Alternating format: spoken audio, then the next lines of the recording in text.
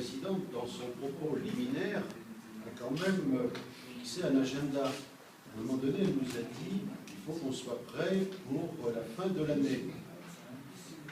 Elle n'a pas précisé l'année, mais moi je voudrais la préciser. Je voudrais la préciser. Dans son esprit, c'est forcément 2013. C'est 2013. Donc nous avons l'obligation et la responsabilité d'avancer pour qu'à la fin de l'année, nous soyons au niveau de l'accord qui a été signé entre la région Alsace et la région Bade-Württemberg.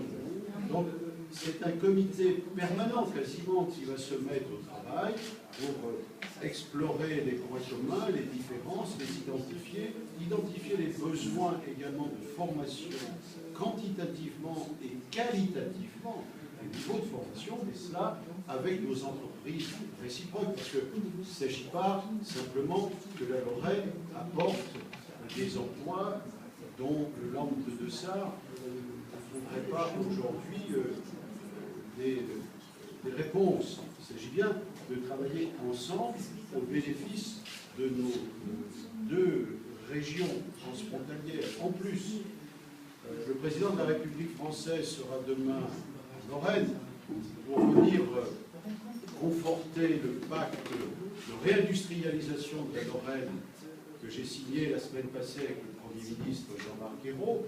Et dans ce pacte, autour des thématiques, des matériaux, c'est des éléments qui nous sont communs.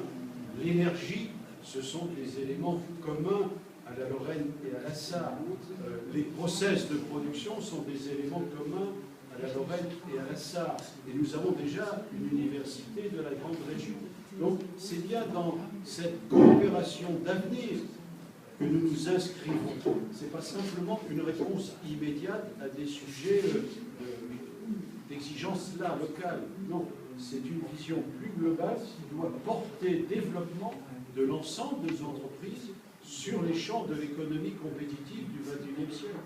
On aura besoin de matériaux allégés et différenciés, que ce soit des nanos, que ce soit à partir de la fibre.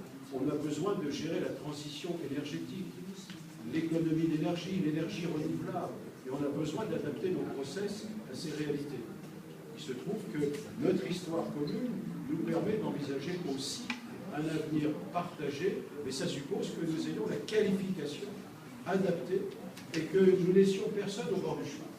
Que ces jeunes qui sortent des établissements sans formation ne doivent pas nourrir la masse des désespérés et qui se projetteraient dans des actes extrémistes.